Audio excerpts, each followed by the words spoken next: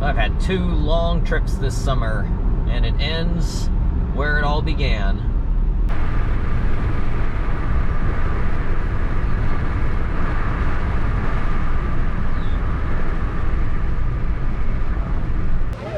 I redeemed my free ticket from Thunderbird being down during HoliWood Nights. Right there. Hopefully it's open today, but even if not, oh well. This was going to be my only chance to come back anyway. We're gonna watch. And they are going to be open an extra hour today, probably because they are getting slammed here. I don't know where all these people are coming from. This park is in the middle of nowhere, yet they get huge attendance. I don't understand it, but it is. That's just how it is. Very interesting. I kind of wonder how they get enough staff, because this is kind of like Sandusky. This is not a huge populated area.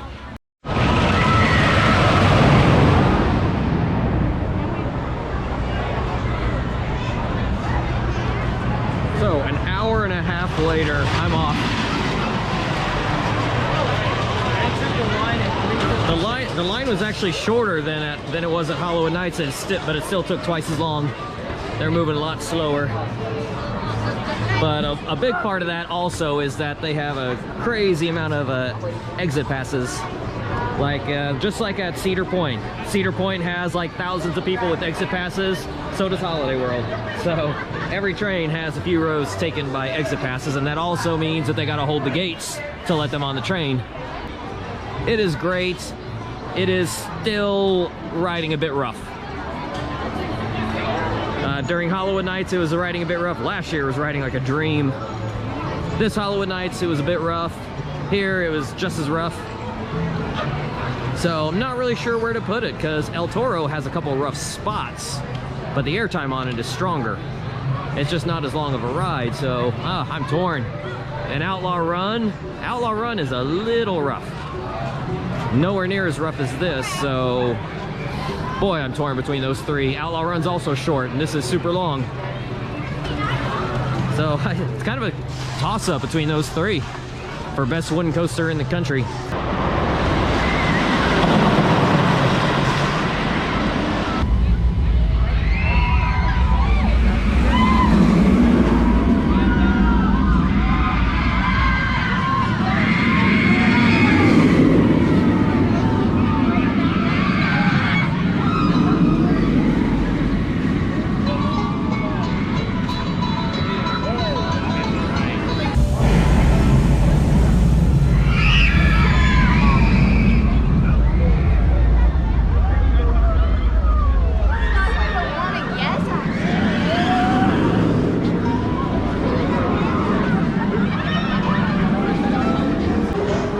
Well, that is officially the longest I have ever waited for a roller coaster anywhere in my life. 1 hour and 50 minutes. Just shy of 2 hours to get on this thing. Would I have waited that long if I had known? No. But that launch is so powerful. And I love the wing coasters. This is the best wing coaster there is, other than X2. But the only reason why I say I wouldn't have waited that long is because I did ride it 10 times during HoliWood Nights 2020, so it has been a while, but I don't think I would have waited that long. I know what the ride does, I know how much I love it. But then again, what else was I gonna do with these 2 hours? Everything's got massive lines here.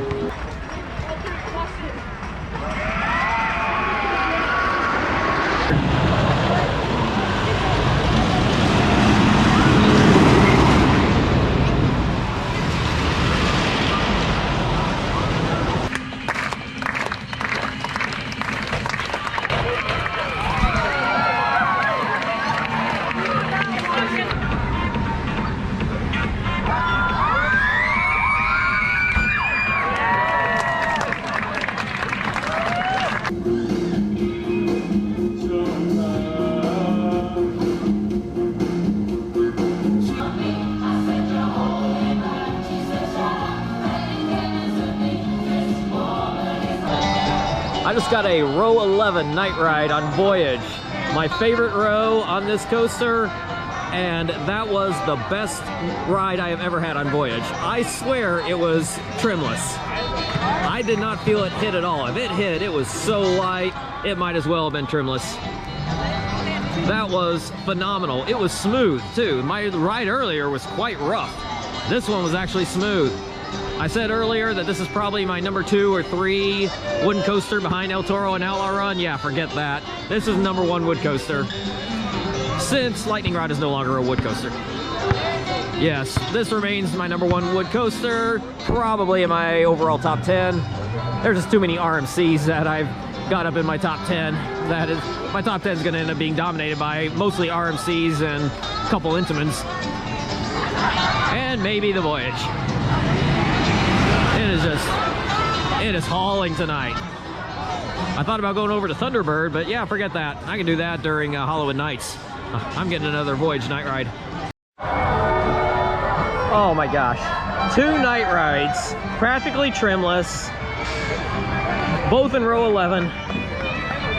How in the world does a ride that I earlier today was saying maybe top 20, barely top 15 now, possibly number 1? Oh my gosh. This thing, I mean, listen to those people. Totally warranted. One of the best, if not the best coaster in the world. Wood, steel, whatever. Those are the best 2 rides I've ever had on this. Those were better than the HoliWood Nights rides. 75-year anniversary here, 150 at Cedar Point. Everyone's having an anniversary this year. 60 at Six Flags Over Texas. I think it's 40 at Six Flags St. Louis, although who cares about that park. I got to give it up to Holiday World for allowing the HoliWood Nights people to get a free day with Thunderbird having been closed. Crazy thing is that my Thunderbird ride on this visit was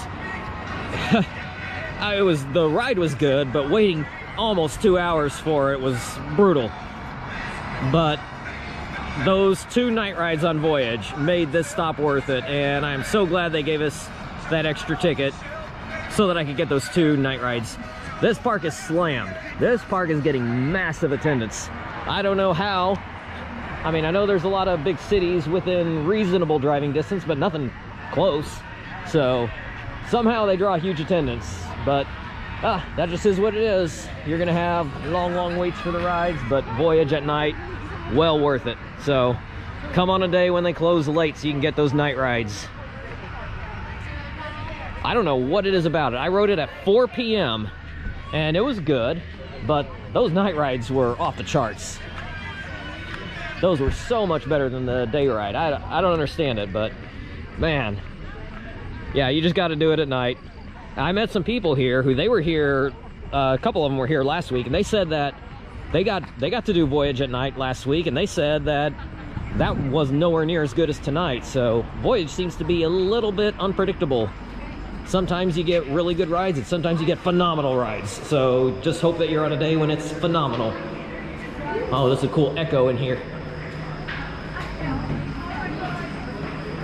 But it's quite appropriate that my 3-week coaster Voyage ends with 2 night rides on the Voyage. Oh, I thought showing up an hour late might make this process go real quick. It won't take too long, but I was thinking it would be a walk-in at this hour, but not the case. Probably catching the after-church crowd.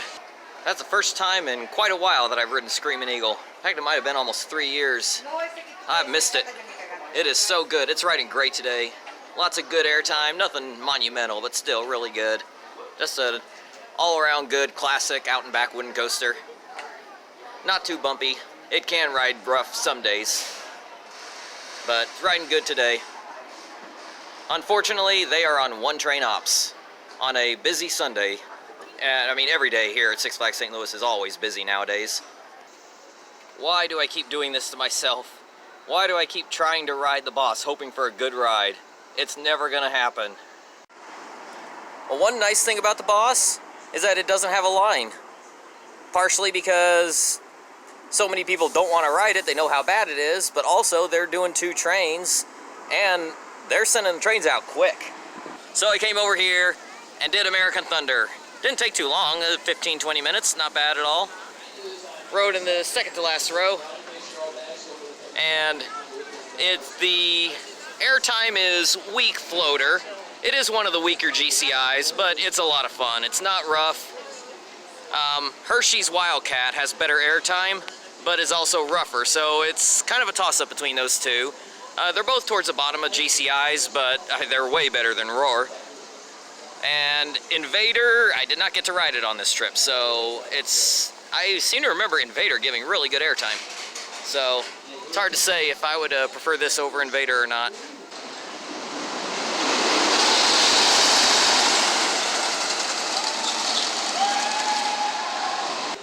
Although it could be riding a bit slow today. I have not ridden this one in a while either, so if it's riding slow today, maybe normally it would be stronger airtime.